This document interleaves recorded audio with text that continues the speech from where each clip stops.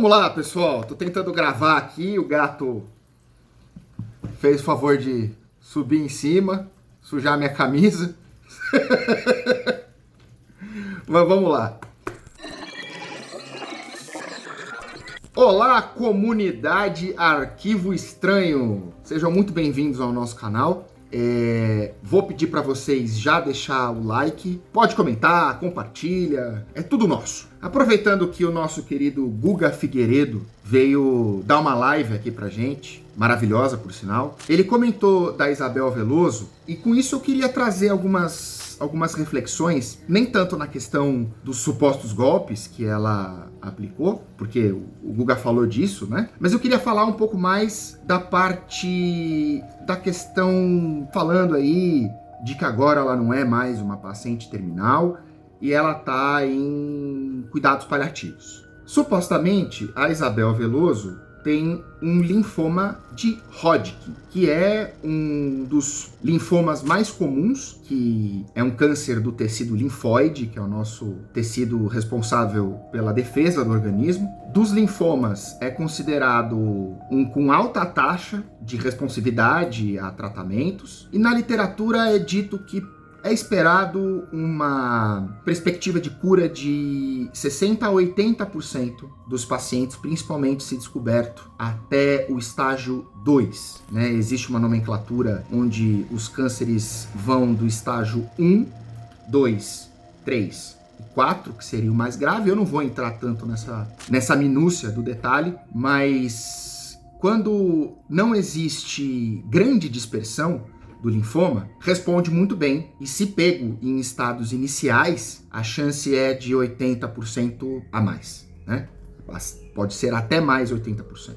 Dito isso, também é legal esclarecer a diferença entre cuidado paliativo, entre pacientes que estão em cuidados paliativos e pacientes que são considerados terminais. Antigamente, os casos que hoje são chamados de terminais, os médicos chamavam de diagnóstico restrito ou de um prognóstico reservado, que basicamente é quando você não tem mais a perspectiva de cura daquele paciente. Não significa que um paciente terminal não seja submetido a cuidados médicos. Já vou falar um pouco melhor disso. Mas o paciente em estado terminal, ele não tem perspectiva de cura e que, por conta da evolução da doença, existe um certo horizonte previsível de que aquele paciente chegue a óbito. Então, quando a Isabel começou a aparecer na internet dizendo que tinha um câncer terminal, um linfoma de Hodgkin em estado terminal, normalmente, não sei exatamente o caso dela, porque não tô na junta médica que discutiu o caso dela e também não estaria porque eu sou psicólogo, né? São coisas diferentes. Mas quando você fala que um paciente está nesse estado com linfoma, isso é uma perspectiva de semanas ou meses. Pode até ser que a Isabel não estivesse reagindo bem ao tratamento. Por isso, ela pode ter sido colocada como uma paciente em estado terminal. É difícil isso, porque, veja, é um tumor que normalmente responde. Aparentemente, quando ela foi no Vilela, por exemplo, que ela falava que estava em estado terminal, tudo bem, ela aparentemente estava cansada, né? Que é um quadro previsível de uma pessoa que está fazendo um tratamento, assim, pesado, né? Com fármacos pesados. Mas para quem acompanha pacientes em estados de fim de vida, ela estava bastante bem, né? E para um tumor que costuma responder bem às terapêuticas, aquilo já me parecia muito estranho. Tá, agora a gente vai falar de pacientes em cuidados paliativos. Qual é a diferença? Cuidado paliativo é tudo aquilo que visa o conforto do paciente e a redução de sintomas. É muito parecido com um paciente em estado terminal, tanto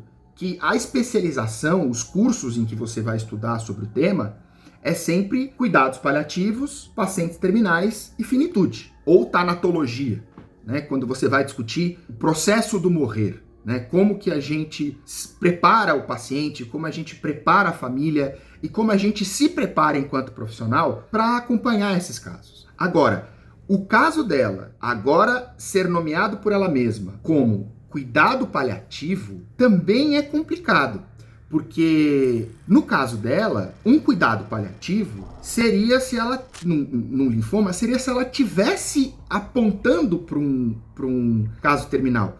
E, vamos dizer, se um caso saiu da questão terminal para entrar em paliativo, ele meio que melhorou, entendeu? Então, me parece que ela está usando um jogo de nomenclatura para manter o caso dela visto como algo grave, como uma perspectiva de finitude de alguém que vai falecer por conta dessa doença. Talvez ela tenha respondido melhor ao tratamento, sei lá, ou alguém deu um toque pra ela falando assim, olha, tá feio isso, né? Você tá falando que você tá aí terminal e tal, e você tá melhorando, tá ganhando peso, né? Tá ficando bonitinha, né? Acho melhor você usar alguma coisa que você não vai levar pau, né? Você não vai levar processo, né? Porque é isso, paciente em cuidado paliativo é um termo muito mais abrangente do que a terminalidade. O lado positivo é que isso traz a possibilidade da gente discutir isso com as pessoas, né? E é muito complicado falar sobre morte normalmente. Não é um tema que as pessoas falam com frequência ou gostem de falar, né? Por isso que a gente usa o termo tanatologia. Inclusive o estudo da repulsa que a possibilidade da morte e do morrer traz para as pessoas. E a gente não tem uma educação para a morte. Então, por um lado, tem toda essa questão pesada da Isabel, de ela ser uma suposta trambiqueira de internet, né? Mas por outro, pelo menos trouxe essa possibilidade da gente olhar um pouco mais o que é uma coisa, o que é outra e como é que é lidar com finitude. Agora, para o paciente, para os familiares, para os profissionais que trabalham com isso e que gastam uma saliva gigante para tentar desmistificar as pessoas e principalmente desmistificar pessoas que são diagnosticadas com linfomas de Hodgkin principalmente, é um diagnóstico automaticamente negativo e que a pessoa está com uma sentença de morte. E, gente, não é assim. Como eu disse, é um tipo de doença muito tratável e que responde bem. Então, você aparecer usando isso como uma alavanca, gente, pode não ser ilegal, mas é altamente imoral. Inclusive num contexto onde você tá usando um medicamento aí que é até complicado ficar falando, né? Porque o YouTube corta, que é o CBD, onde o próprio pai é representante da marca, é representante da marca e do produto, e a médica, a primeira médica dela, também é uma pessoa que é representante do produto. Então você vê que, no mínimo, é muito suspeito. E aí qual é o problema? Para as pessoas que podem se beneficiar desse fármaco, automaticamente já começa a aparecer que, como é uma coisa que vem de uma planta que é proibida e que, nossa, né? Isso está associado a gente trambiqueira. E, gente, não é. É um medicamento sério, não sei quanto a empresa, mas é um medicamento sério, com pesquisa séria envolvida e com resultados muito relevantes. Pelo menos a partir, né, do que fala a ciência e do que fala a clínica médica. Agora, banalizar a finitude, para mim, já é algo terrível. Porque você mexe com a esperança das pessoas. Você imagina uma pessoa que, por fatalidade, tem um linfoma, pode até ser de Hodgkin, que é o que responde e tal, e ela tá vendo essa pessoa melhorar e aí ela tem certeza que ela vai melhorar também. E pode ser que isso não aconteça, pode ser que ela tenha um infortúnio que no caso dela a terapêutica não funcione, né? Então o trambiqueiro ele faz isso, né? Ele se aproveita da dúvida na cabeça das pessoas para vender um sonho de que o que ele tá falando é verdade ou é uma solução. E também que paciente em cuidado paliativo, é muito bonitinho, a ciência dá conta de tudo, assim, eu tô muito bem assistida. Gente, não. São casos normalmente muito complicados e que exigem juntas de profissionais para ser lidado. Não é uma coisa que dá para brincar, que dá para levar de maneira leviana como ela parece levar. E aí tem uma outra coisa, que é justamente um dos pontos que mais me pega nesse caso da Isabel, é o quanto ela é bonitinha, o quanto ela é fofinha. O quanto a vozinha dela é assim, toda minhonzinha, sabe? Isso é comunicação, gente. Não é à toa que ela tá metida com coisa escusa. A esposa de César não basta ser idônea, né? Tem que parecer idônea. E eu acho que é isso que a Isabel puxa, né? Com esse jeitinho angelical quando o Guga foi no Vilela, o Vilela mostrou um vídeo editado, que não foi editado pela inteligência, com os advogados e tal, e o jeito que essa menina olha pra câmera, ela olha de cima, assim, ela tem certeza que ela tá enganando todo mundo.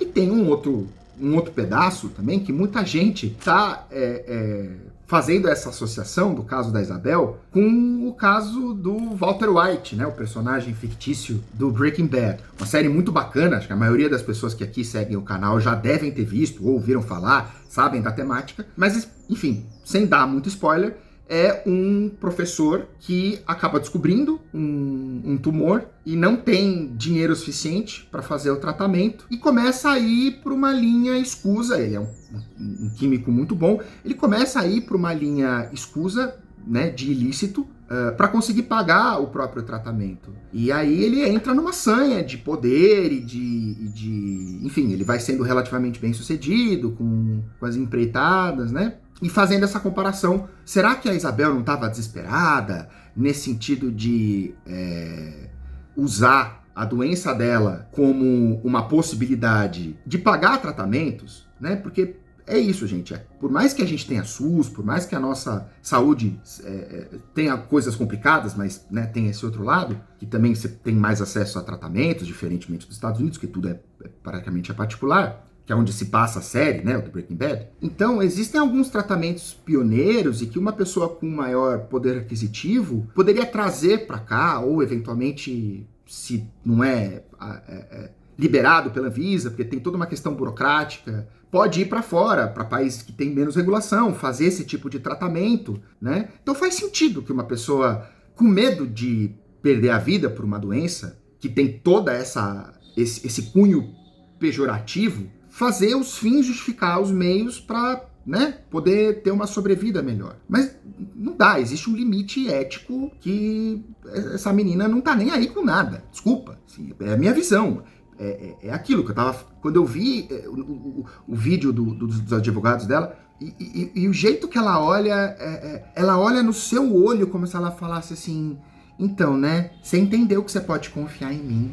Eu jamais mentiria pra vocês. Eu sou uma santinha. Muito parecida com a Suzanne von Richthofen. A diferença, nesse caso, é a família do personagem, que ele vai se transformando no Dr. Heisenberg, né? A família desse cara não estava metida. Aliás, o próprio cunhado é um investigador que está correndo atrás desse cara, sem saber que é o próprio, né, familiar. No caso da Isabel, salvo o melhor juízo, mas ao que tudo indica, é humor-crime. Onde a médica pode estar envolvida, onde o pai parece estar envolvido, e a própria Isabel e outros comparsas, porque ela deu supostos vários golpes aí na praça. E aí depois, óbvio, com aquela carinha angelical, você fala, ai, eu não sabia, ai... O próprio Guga trouxe, gente, é isso. Se ela tivesse realmente preocupada com a imagem dela, com o que vai ficar...